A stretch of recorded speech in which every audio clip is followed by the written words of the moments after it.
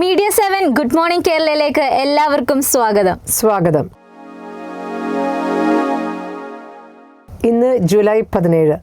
ഇന്ന് ഒരു special day ആണ്, അതായത് ഇന്റർനാഷണൽ ജസ്റ്റിസ് ഡേ ആണ്. ഇത് നമ്മുടെ സമൂഹത്തെ നീതിക്ക് വേണ്ടി വർഷങ്ങളായിട്ട് നടക്കുന്ന ആൾക്കാരുണ്ട്. അപ്പോൾ അവർക്ക് എല്ലാവർക്കും നീതി ലഭിക്കട്ടെ. അതെ, പ്രത്യേകിച്ച് നമുക്ക് ആ ഒരു ജസ്റ്റിസ് ഡേ എന്ന് കേൾക്കുമ്പോൾ ആദ്യം ഓർമ്മ വരുന്നത് നമ്മുടെ ഫ്രീഡം ഫൈറ്റേഴ്സിനെയാണ്. ഇന്ത്യക്ക് വേണ്ടി ഒരുപാട് വർഷം അല്ലെങ്കിൽ ഒരുപാട് കഠിനമായിട്ടുള്ള ബുദ്ധിമുട്ടുകളും പ്രയാസങ്ങളൊക്കെ സഹിച്ച് നമുക്ക് സ്വാതന്ത്ര്യം നേടിത്തന്നു അല്ലേ.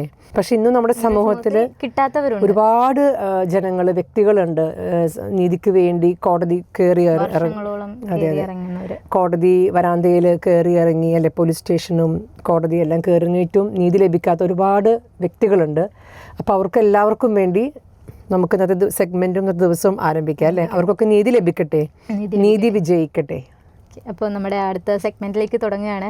നമ്മൾ ഇന്ന് പോകുന്നത് മലപ്പുറം ജില്ലയിലെ നിലമ്പൂരേക്കാണ് പോകുന്നത്. അപ്പോൾ കേട്ടിട്ടുണ്ടാവും നമ്മുടെ വർഷങ്ങളായിട്ട് വർഷങ്ങൾ പഴക്കമേറിയൊരു കോവിലകത്തെ കുറിച്ച്, നിലമ്പൂർ കോവിലകം. അതെ. അപ്പോൾ അതിൻ്റെ ചരിത്രത്തിൽ രേഖപ്പെടുത്തിയിരിക്കുന്നത് ആനകളെ റേഷൻ കാർഡിൽ ചേർത്ത ആദ്യ കോവിലകം എന്നാണ് അതിനെ. ഞാൻ എവിടെയോ വായിച്ചിട്ടുണ്ട് ഈ ഒരു സംഭവം, ഈ ആനകൾക്ക് റേഷൻ കാർഡ് എന്നുള്ളത്. അപ്പോൾ ഈ 13ാം നൂറ്റാണ്ട് പഴക്കമുള്ള ഈ കോവിലകത്തിന്റെ ദൃശ്യങ്ങളിലേക്ക് നമുക്ക് കടക്കാം. ആനകളെ റേഷൻ കാർഡിൽ ചേർത്ത കോവിലകം, നിലമ്പൂരിന്റെ ചരിത്രം. ഏറനാട്ടിലെ ഏറ്റവും വലിയ ഭൂവുടമയായിരുന്നു നിലമ്പൂർ കോവിലകം. തമിഴ്നാടിന്റെയും ഗുണ്ടല്ലൂർ വരെ വ്യാപിച്ചു കിടന്നിരുന്നു. പ്രസിദ്ധനായ ഗുരുവായൂർ കേശവൻ എന്ന ആന നിലമ്പൂർ കോവിലകത്തിന്റെ സ്വന്തമായിരുന്ന കാലം കേരളത്തിന്റെ കോവിലകങ്ങളെല്ലാം ഓർമ്മയായി തുടങ്ങി. ചിലത് ചിതലുകൾക്ക് വഴിയൊരുക്കി, മറ്റു ചിലത് റിസോർട്ടുകൾക്കും മറ്റും. തന്റെ പ്രതാപത്തിന് ഒട്ടും മങ്ങലേൽക്കാതെ ചാലിയാറിന്റെ കരയിൽ തലയെടുപ്പോടെ നിലമ്പൂർ കോവിലകം. മലപ്പുറം ജില്ലയിലെ തച്ചറക്കാവിൽ സ്ഥിതി ചെയ്യുന്ന കോവിലകമാണ് നിലമ്പൂർ കോവിലകം. കോഴിക്കോട് സാമൂതിരി രാജാവിന്റെ സമാന്തര രാജാക്കന്മാരായിരുന്നു കോവിലകം ഭരിച്ചിരുന്നത്. 13ാം നൂറ്റാണ്ടിലെ നെടിയിരുപ്പ് സ്വരൂപത്തിൽ നിന്നും വന്ന ഏറാടിമാരാണ് നിലമ്പൂർ കോവിലകം സ്ഥാപിച്ചത്. 2ാം ലോക മഹായുദ്ധകാലത്ത് 7 ആനകൾക്ക് ഇവിടെ റേഷൻ കാർഡ് ഉണ്ടായിരുന്നുവെന്ന് ചരിത്രം വ്യക്തമാക്കുന്നു. അത്രമാത്രമല്ല, കേരളത്തിലെ മറ്റു കോവിലുകളെ അപേക്ഷിച്ച് ഇരുണ്ടുകൂടിയ മുറികൾ ഇവിടെയില്ല. 300 വർഷത്തിന് മുകളിൽ പഴക്കമുള്ള കോവിലകത്തിന്റെ മാറ്റ് ഒട്ടും മങ്ങിയിട്ടില്ല. എത്ര മനോഹരമാണ് അല്ലേ. ആ പഴമ കാണുമ്പോൾ തന്നെ ഒരു ഭംഗിയാണ്. നമ്മുടെ സമൂഹത്തിൽ ഇപ്പോൾ ധാരാളം ഇങ്ങനെയൊക്കെ ഹിസ്റ്ററി ബേസ്ഡുള്ള കോവിലകങ്ങളെല്ലാം ഇപ്പോൾ ഹോട്ടൽസ് ആക്കുന്നു, റിസോർട്ട് ആക്കുന്നു, ഹോം സ്റ്റേ ആക്കുന്നു, എല്ലാം ആക്കിക്കൊണ്ടിരിക്കുകയാണ്. അപ്പോൾ ഇതിൻ്റെ ആ ഒരു പഴയ നിലനിർത്തിക്കൊണ്ടിരിക്കുന്ന ഒരു കോവിലകമാണ് ഈ നിലമ്പൂർ കോവിലകം എന്ന് പറയുന്നത്. ഈ കോവിലകം എന്നുള്ള വേർഡ് തന്നെ, കോവിൽ എന്ന് പറഞ്ഞാൽ നമുക്കറിയാലോ, ടെമ്പിൾ. അകം എന്ന് പറഞ്ഞതിൻ്റെ ഇന്നർ ചേംബേഴ്സ്, അത് അതിനകത്തുള്ള കാര്യങ്ങളൊക്കെയാണ്. അപ്പോൾ തന്നെ ഒരു പ്യൂരിറ്റി അല്ലെങ്കിൽ ഒരു സ്പിരിച്വാലിറ്റി എന്നൊക്കെ നമ്മൾ ആ ഒരു ഫീൽ നമുക്ക് കിട്ടും അല്ല. അപ്പോൾ ഈ കോവിലകങ്ങൾ ശരിക്കും കാണിക്കുന്ന അന്നത്തെ റോയൽ ഫാമിലി, രാജകീയ കുടുംബങ്ങളുടെ പ്രൗഢിയെയാണ് ശരിക്കും കോവിലകങ്ങൾ കാണുമ്പോൾ നമുക്ക് അറിയാൻ സാധിക്കുന്നത്. എനിക്ക് തോന്നുന്നത് ഈ കോവിലകം ഫുൾ ഓഫ് ആർക്കിടെക്ചറും ആർട്ടും പിന്നെ മെയിൻലി ഫ്രെസ്കോസ് എന്ന് പറഞ്ഞാൽ നമ്മുടെ ചുവർ ചിത്രങ്ങൾ, അതൊക്കെ ഫേമസ് ആണ്. അപ്പോൾ അതൊക്കെ എന്തായാലും കാണാൻ പറ്റുന്ന ഒരു ഭാഗ്യം തന്നെയാണ് അല്ലേ. പിന്നെ എനിക്ക് തോന്നുന്നു ഈ നിലമ്പൂർ കോവിലകം ഹോം സ്റ്റേ അതിൻ്റെ ഒരു ചെറിയൊരു ഭാഗം ഹോം സ്റ്റേ ആക്കിയിട്ടുണ്ട്. പക്ഷെ എന്നാലും പഴമ എപ്പോഴും നിലനിർത്തിയിട്ട് തന്നെയാണ് അവര്. പണ്ടത്തെ ഒരു കൾച്ചർ വെച്ചിട്ട് 4 കെട്ട് 16 കെട്ട് അങ്ങനത്തെയൊക്കെ ഓരോ വീടുകളും കോവിലുകളും ഒക്കെ ആയിരുന്നു നിർമ്മിച്ചുകൊണ്ടിരുന്നത്. ഇപ്പോഴും അതിന്റെ ഭംഗി നിലനിർത്തിക്കൊണ്ടുവരുന്നു. കാണാൻ മനോഹരമാണ് ശരിക്കും. നമ്മുടെ വീടുകളും അല്ലെ, പണ്ടത്തെ ആ മാൻഷൻസ്. നമ്മുടെ സമൂഹത്തുള്ളവര് കൂടുതലും പണ്ടത്തെ ഒരു ഫീച്ചേഴ്സ് ഇപ്പോഴത്തെ വീടുകൾക്ക് കൊണ്ടുവരാൻ നോക്കുന്നുണ്ട്. അതൊരു നല്ലൊരു കാര്യമാണ്. ട്രഡീഷണൽ ടച്ച് ഫീൽ ചെയ്യുന്നുണ്ട്. തന്നെ ഒരു പഴമയിലോട്ട് തിരിഞ്ഞു നോക്കാം എന്നുള്ള രീതിയിലായിരിക്കും കൊണ്ടുവരുന്നത്.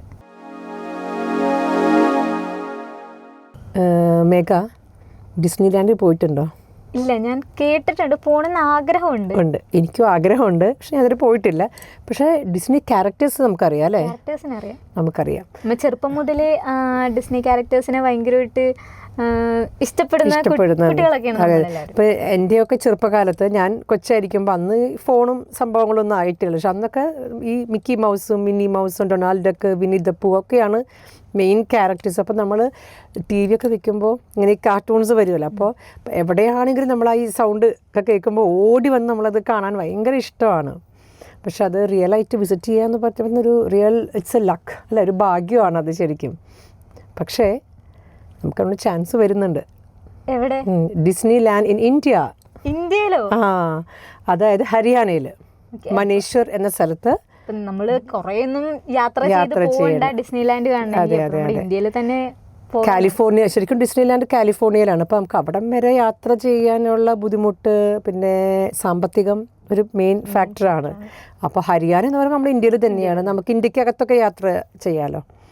അപ്പോൾ നമുക്കൊന്ന് കാണാം, ഡിസ്നിലാൻഡിൽ ഒന്ന് പോയിട്ട് വരാം. പോവാം. ഇനി കടൽ കടക്കേണ്ട, വരുന്നു മറ്റൊരു ഡിസ്നി ലാൻഡ്. ലോകത്തിലെ ഏറ്റവും വലിയ മാധ്യമ വിനോദ കോർപ്പറേഷനാണ് ദി വാൾട്ട് ഡിസ്നി കമ്പനി.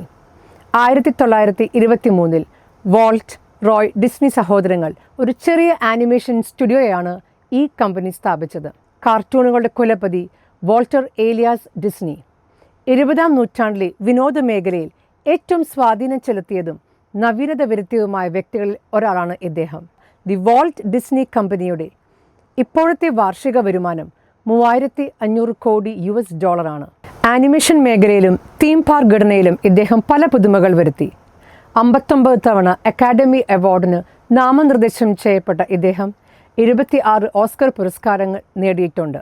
ഏറ്റവും ഓസ്കർ നാമനിർദ്ദേശങ്ങളും പുരസ്കാരങ്ങളും നേടിയ വ്യക്തി എന്ന റെക്കോർഡ് ഇദ്ദേഹത്തിൻ്റെ പേരിലാണ്. ഡിസ്നിയും സഹപ്രവർത്തകരും ചേർന്നാണ് ലോകത്തിലെ ഏറ്റവും പ്രശസ്തമായ കാൽപ്പനിക കഥാപാത്രങ്ങളിൽ പലതിനെയും സൃഷ്ടിച്ചത്. ഡിസ്നിയുടെ മുഖമുദ്ര എന്നറിയപ്പെടുന്ന മിക്കി മൗസും ഇതിൽ ഉൾപ്പെടുന്നു. ഇനി ഡിസ്നി വേൾഡിലെ വിസ്മയം നേരിട്ട് അനുഭവിക്കാൻ കടൽ കടക്കേണ്ട. ഇന്ത്യയുടെ വിനോദസഞ്ചാര ഭൂപടം തന്നെ മാറ്റിമറിക്കുന്നതിന് നാഴികക്കല്ലായി ഒരു പദ്ധതി. വിനോദസഞ്ചാരികളുടെ പ്രിയപ്പെട്ട ഇടങ്ങളിൽ ഒന്നായ മനേസർ ആണ് ഈ വമ്പൻ മാറ്റങ്ങൾക്ക് ഒരുങ്ങുന്നത്. ഡൽഹിക്ക് തൊട്ടടുത്ത് ഹരിയാനയിലാണ് മനേസർ. രാജ്യത്തെ ആദ്യത്തെ ഡിസ്നി ലാൻഡ് ശൈലിയിലുള്ള തീം പാർക്കിനുള്ള പദ്ധതികൾ ഹരിയാന മുഖ്യമന്ത്രി നയാബ് സിംഗ് സൈനിയാണ് പ്രഖ്യാപിച്ചത്. ഏകദേശം 500 ഏക്കറിലാണ് പദ്ധതി ഒരുങ്ങുന്നത്. പാരീസ്, ടോക്കിയോ, കാലിഫോർണിയ എന്നു തുടങ്ങി ആഗോള ആകർഷങ്ങൾക്ക് ഒപ്പം ഡൽഹിയെയും എത്തിക്കുക എന്നതാണ് ഈ പദ്ധതി കൊണ്ട് ലക്ഷ്യമിടുന്നത്. എന്ത് ബ്യൂട്ടിഫുൾ അല്ലേ! അത് കാണുമ്പോഴത്തെ പിക്ചേഴ്സ് കാണുമ്പോൾ ഭയങ്കര എക്സൈറ്റിംഗ് ആയിട്ട് തോന്നും. ഭയങ്കര ഒരു ഇൻസ്പിറേഷൻ, അങ്ങോട്ട് പോകണം, ഭയങ്കര ത്രില്ലിംഗ് ആയിട്ട് തോന്നി. എനിക്ക് ഫീൽ ചെയ്യുന്നുണ്ട്. തോന്നുന്നുണ്ടോ? പക്ഷെ നമ്മുടെ ഇന്ത്യയിൽ വരുന്നത് കൊണ്ട് നമുക്ക് ആ ഒരു ക്വാളിറ്റിയും ആ ഒരു ഇതൊക്കെ കിട്ടുമെന്ന് നമ്മൾ പ്രതീക്ഷിക്കുക അല്ലേ? ഇപ്പൊ ഡിസ്നിലാൻഡ് വന്നതിന് ശേഷം നമ്മുടെ സമൂഹത്ത് ഏറെ മാറ്റങ്ങൾ ഉണ്ടാവും. ഇപ്പൊ അവിടെ സറൗണ്ടിങ്ങിലുള്ള ആൾക്കാർ, നമ്മുടെ ഇന്ത്യക്ക് തന്നെ ഭയങ്കര ഒരു എക്കണോമിക്കൽ ഡെവലപ്മെന്റ്സ് വരാനും, പിന്നെ ടൂറിസത്തിന് ജസ്റ്റ് ഒന്ന് ആലോചിച്ച് നോക്കൂ. അതെ. പിന്നെ അതുമല്ല, ഹരിയാന എന്ന് പറഞ്ഞാൽ നമ്മൾ അത്രയും ഏർബൻ ഒരു ഇതല്ല, ഒക്കെ ആയി വരുന്നേ ഉള്ളൂ. അപ്പോൾ അവിടെ നിന്നാണ് മെയിൻ നമ്മുടെ ഫുഡ് പ്രോഡക്ട്സും ഒക്കെ പ്രൊഡ്യൂസ് ചെയ്ത് നമുക്ക് കഴിക്കുന്ന ഭക്ഷണ സാധനമൊക്കെ മെയിൻ വരുന്നതൊക്കെ ഹരിയാനയിൽ നിന്നൊക്കെ തന്നെയാണ്. അപ്പോൾ അവിടെ കൂടുതലും ഫാമേഴ്സാണ്. അപ്പോൾ ഇങ്ങനെ ഒരു സംരംഭം അവിടെ വരുമ്പോൾ ശരിക്കും ഒരു ടോട്ടൽ ചേഞ്ച് ആയിരിക്കും. ഹരിയാനയുടെ ഫേസ് തന്നെ മാറിപ്പോകും അല്ലേ? എനിവേ വരട്ടെ, എല്ലാം അല്ലേ? നമ്മൾ പുതിയ സംരംഭങ്ങളെ നമ്മൾ പ്രോത്സാഹിപ്പിക്കണം. അപ്പോൾ അതിന് നമുക്കും ഒരു ഡ്യൂട്ടി ഉണ്ട്. നമ്മളൊക്കെ എല്ലാവർക്കും ഒരു പങ്ക് വഹിക്കാം അതിനകത്ത് അല്ലേ? അതെ. എത്രയും പെട്ടെന്ന് അതൊക്കെ യാഥാർത്ഥ്യമാകട്ടെ, നമുക്കും അങ്ങോട്ടൊക്കെ പോകാനും ആസ്വദിക്കാനും. അതെ. ചേച്ചി ശബരിമലയെ കുറിച്ച് കേട്ടിട്ടുണ്ടാവില്ലേ? നമുക്ക് സ്ത്രീകൾക്ക് കയറാൻ പറ്റില്ലെങ്കിൽ ശബരിമലയെ കുറിച്ച് കേട്ടിട്ടുണ്ട്. ഈ 18-ാം പടിയിൽ നിറയെ പ്രത്യേകതകൾ നിറഞ്ഞൊരു അമ്പലമാണ് 18-ാം പടി ഉള്ള ഈ ശബരിമല എന്ന് പറയുന്നത്. അപ്പോൾ ഈ ആദ്യത്തെ 5 പടികൾ നമ്മുടെ കണ്ണ്, ചെവി, വായ്, ത്വക്ക് എന്നതിനെ കുറിച്ചൊക്കെ ബന്ധപ്പെടുത്തിക്കൊണ്ടാണ് ഈ 18 പടികളും. അങ്ങനെ ഓരോന്നിനെ ബന്ധപ്പെടുത്തിക്കൊണ്ടാണ് ഈ 18 പടികളും ഉള്ളത്. നമ്മൊരു ഭക്തൻ എന്നുള്ള നിലയിൽ നമ്മൾ കയറി ചെല്ലുമ്പോൾ ഉള്ള ഒരു വിശ്വാസം. ഞാൻ എപ്പോഴും ശ്രദ്ധിക്കണം, 18-ാം പടി കയറുന്നത് ഭയങ്കര ഒരു സ്പെഷ്യലാണല്ലോ. അത് 18-ാം പടി കയറുക പറ്റുന്നത്. അപ്പം ഞാൻ ആലോചിക്കാറുണ്ട്, അത് എന്താണ് അതിൻ്റെ സ്പെഷ്യാലിറ്റി? എന്തെങ്കിലും ഒരു സിഗ്നിഫിക്കൻസ് ഇല്ലാതെ അങ്ങനെ പറയില്ലല്ലോ. അതെ. പക്ഷെ പുസ്തകങ്ങളിലൂടെയും പത്രങ്ങളിലൂടെയൊക്കെ ഒരുപാട് വായിച്ചിട്ടുണ്ട്. അപ്പം അത് എന്താണ് അതിൻ്റെ നമുക്ക് ഇതിന്റെ ശരിയായ വിശേഷങ്ങൾ നമുക്കൊന്ന് അറിഞ്ഞിട്ട് വരാം. ഓരോ വർഷവും വ്രതശുദ്ധിയോടെ ശബരിമല കയറുന്നവർ നിരവധിയാണ്. എന്നാൽ സന്നിധാനത്തെ 18 പടികളും ചവിട്ടി അയ്യപ്പനെ കണ്ട് നിർവൃതി അണയാൻ കൊതിച്ചു വരുന്ന ഭക്തജനങ്ങളിൽ എത്ര പേർക്ക് നാം ചവിട്ടുന്ന 18 പടികളുടെയും പ്രത്യേകതകൾ അറിയാം? അതെ, ഓരോ പടികൾക്കും സവിശേഷതകളുണ്ട്. ആദ്യത്തെ 5 പടികൾ നമ്മുടെ പഞ്ചേന്ദ്രിയങ്ങളായ കണ്ണ്, ചെവി, മൂക്ക്, ത്വക്ക്, വായ എന്നിവയെ സൂചിപ്പിക്കുന്നു. അടുത്ത 8 പടികൾ നമ്മുടെ അഭിനിവേശങ്ങൾ അല്ലെങ്കിൽ ഇമോഷൻസ് ആണ്. കാമം, ക്രോധം, അത്യാഗ്രഹം, മോഹം, അഭിമാനം, മത്സരബുദ്ധി, അസൂയ, അഹങ്കാരം എന്നിവ. അടുത്ത 3 പടികൾ 3 ഗുണങ്ങളെ പ്രതിനിധീകരിക്കുന്നു. സത്വം, രജസ്, തമസ് എന്നിവയാണ് അവ. അവസാനത്തെ 2 പടികൾ അറിവിനെയും അറിവില്ലായ്മയെയും സൂചിപ്പിക്കുന്നു. സത്യത്തിൽ ഇതൊക്കെ വെറും പടികളാണോ? അല്ല, ഓരോ ഘട്ടങ്ങളാണ്. ഒരു മനുഷ്യായുസ്സിൽ നാം കടന്നു പോകുന്ന അവസ്ഥകൾ. ഓരോ പടി കടക്കുന്നതും ഓരോ ഘട്ടങ്ങൾ നാം പിന്നിടുന്നതിനെ സൂചിപ്പിക്കുന്നു. ഇവയെല്ലാം മറികടന്ന് വേണം നാം ആ സന്നിധിയിലെത്താൻ. അപ്പോൾ മാത്രമാണ് തത്വമസി എന്ന വാക്കിന് നമ്മുടെ ജീവിതത്തിലും അർത്ഥമുണ്ടാവുന്നത്. ഒരുപാട് ത്യാഗം എടുത്തിട്ടാണല്ലേ അവർ ഈ വ്രതങ്ങളൊക്കെ എടുത്തിട്ടാണ്, മാസങ്ങളോളം വ്രതം എടുത്ത് ഭക്ഷണക്രമങ്ങളൊക്കെ നോക്കിയാണ് ഇവർ ഈ മല കയറാൻ പോകുന്നത്. അതെ അതെ, അനേകം അതൊരു പുണ്യദർശനം കഴിഞ്ഞ് വരുമ്പോൾ തന്നെ അവർ പറയും അല്ലേ, അയ്യപ്പനെ കണ്ട് നേരിട്ട് കണ്ടതിനുള്ള ഇതൊക്കെ നമ്മൾ ഒരുപാട് മറ്റുള്ളവർ പറഞ്ഞ അനുഭവങ്ങളൊക്കെ നമുക്കുണ്ട്. ഈ ശബരിമലയിൽ പോണവരോട് എല്ലാവരോടും ഞാൻ പറയാറുള്ളത്, പോയി വരുമ്പോഴേക്കും അരവണ കൊണ്ടുവരണം. അരവണയുള്ള അവിടുത്തെ ഫേമസ് ആയിട്ടുള്ളൊരു പ്രസാദം എന്ന് പറയണത്.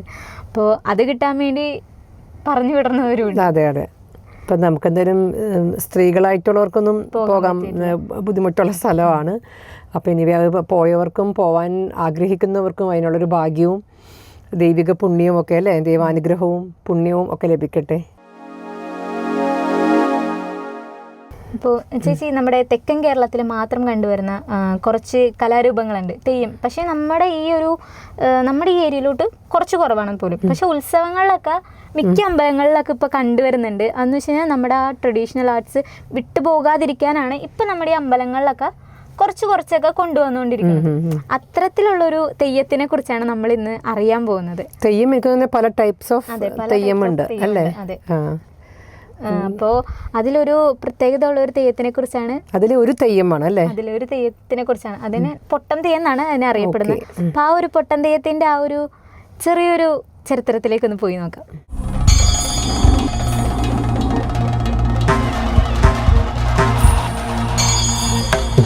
വടക്കൻ കേരളത്തിൽ കെട്ടിയാടി വരുന്ന തെയ്യമാണ് പൊട്ടൻ തെയ്യം. ജാതിവേർവ് വളരെ ശക്തമായിരുന്ന കാലത്ത് മനുഷ്യരെല്ലാം ഒന്നാണെന്ന് വിളിച്ചു പറയാൻ ധൈര്യം കാട്ടിയ ഒരു കീഴ്ജാതിക്കാരന്റെ ഐതിഹ്യമാണ് പൊട്ടൻ തെയ്യത്തിന് പിറകിലുള്ളത്. പൊട്ടൻ തെയ്യം മലയൻ, പുലയൻ, ചിറവൻ, പാണൻ തുടങ്ങിയ പല സമുദായക്കാരും കെട്ടാറുണ്ട്. 3 തരത്തിലുള്ള പൊട്ടൻ തെയ്യമുണ്ട്. പുലപ്പൊട്ടൻ, പുലമാരുതൻ, പുലചാമുണ്ടി എന്നിങ്ങനെ അവ അറിയപ്പെടുന്നു. ഉത്തരം പറയാൻ കഴിയാത്ത ചോദ്യങ്ങൾ ചോദിച്ച് കുഴപ്പിക്കുന്ന ഒരാളെ പൊട്ടനെന്ന് മുദ്രകുത്തി തന്ത്രപൂർവ്വം ഒഴിഞ്ഞു മാറും. പറയേണ്ട കാര്യങ്ങൾ തമാശയും കാര്യവുമായി കൂട്ടിക്കുഴച്ച് ഫലിപ്പിക്കും. പൊട്ടൻ കളി കളിക്കുന്നത് കൊണ്ടായിരിക്കണം പൊട്ടൻ തെയ്യത്തിന് ഈ പേര് വന്നത്. മീഡിയ 7 സ്റ്റോറീസ് തുടരും.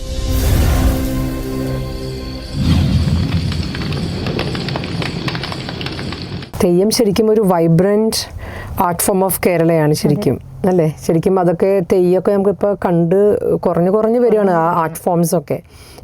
എനിക്ക് ഓർമ്മയുണ്ട്, ഒരു വിഷ്ണുമൂർത്തി, പിന്നെ ഗുളികൻ എന്നൊക്കെ പറഞ്ഞ കുറച്ച് തെയ്യം ഫോംസ് അതൊക്കെ കേട്ട് അറിവുള്ളത് ആണ്.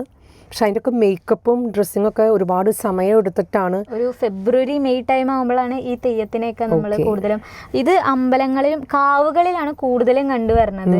കാവുകളിൽ ആടുന്നതുകൊണ്ടും അത് ഭയങ്കര ആ ഒരു അറ്റ്മോസ്ഫിയർ വേറെ എവിടെയും കിട്ടത്തില്ല. കാരണം ആ ഒരു ഇരുട്ട് നിറഞ്ഞ ഒരു ടൈമിൽ ആ ഒരു തീ വെളിച്ചത്തിലാണ് ഈ തെയ്യത്തിൻ്റെ ആട്ടങ്ങളൊക്കെ നടക്കുന്നത്. അതെ, ഞാൻ ഇപ്പോഴും ഓർക്കുന്നത്, ഞാൻ സ്കൂളിൽ പഠിപ്പിച്ചിരുന്ന സമയത്ത് ഒരു വിദ്യാർത്ഥി ഈ തെയ്യം ആർട്ട് ഫോം അഭ്യസിക്കുന്നുണ്ടായിരുന്നു. അപ്പോൾ ഇത്രയധികം കുട്ടികൾ പല ആർട്ട് ഫോംസും കഥകളി ഒക്കെ പഠിക്കുന്നുണ്ടെങ്കിലും ഈ തെയ്യം പഠിക്കുന്ന കുട്ടി ആ കുട്ടികൾ മാത്രമേ ഞാൻ അറിഞ്ഞിട്ടുള്ളൂ. അപ്പം എനിക്ക് തോന്നുന്നു ശരിക്കും അതൊക്കെ അതെ അപ്പോൾ ശരിക്കും അതൊക്കെ നമുക്ക് എൻകറേജ് ചെയ്യണം അല്ലേ, നമ്മുടെ ട്രഡീഷണൽ ആർട്ട് ഫോംസ് ഒക്കെയാണ്. അപ്പോൾ അതൊക്കെ ഇനി നമ്മൾ അത് മോട്ടിവേറ്റ് ചെയ്ത് പഠിക്കുന്ന കുട്ടികളെ നമ്മൾ ശരിക്കും എൻകറേജ് ചെയ്ത് അവരെ പ്രോത്സാഹിപ്പിക്കേണ്ടതാണ്. അതെ, മുന്നോട്ട് വരട്ടെ എല്ലാവരും ഇങ്ങനത്തെയുള്ള കലകൾ പഠിക്കുന്ന വ്യക്തികൾ, മുതിർന്നവരായാലും എനിക്ക് തോന്നുന്നു ഒരുപാട് പേര് ഇത് ചെയ്യുന്ന ആർട്ടിസ്റ്റുകളുണ്ട് അല്ലേ, ആർട്ടിസ്റ്റുകൾ എന്നല്ല, ഇത് ചെയ്യുന്ന കലാകാരന്മാരുണ്ട്. അപ്പോൾ നമുക്ക് ശരിക്കും അവരൊക്കെ നമ്മൾ പ്രൊമോട്ട് ചെയ്യണം, എൻകറേജ് ചെയ്യേണ്ടതാണ്. നമ്മുടെ ഒരു ആർട്ട് ഫോം ആണല്ലോ. അപ്പോൾ എല്ലാ കലാസ്നേഹികളെയും, കല ഇഷ്ടപ്പെടുന്ന വ്യക്തികളും പ്രോത്സാഹിപ്പിക്കുക. നമ്മുടെ ചുറ്റുപാടുമുള്ള അല്ലെ വിവിധ തരത്തിലുള്ള കലകൾ അഭ്യസിക്കുന്നവരുണ്ടാകും, അതിനുള്ള പരിശീലനം കൊടുക്കുന്നവരുണ്ടാകും. അപ്പോൾ എല്ലാവരെയും നമ്മൾ പ്രോത്സാഹിപ്പിക്കുക. അപ്പോൾ ഇനിയും നല്ല കുറേ വിശേഷങ്ങളായി, കഥകളായി ഈ മീഡിയ 7 വീണ്ടും വരും. വീണ്ടും കാണാം.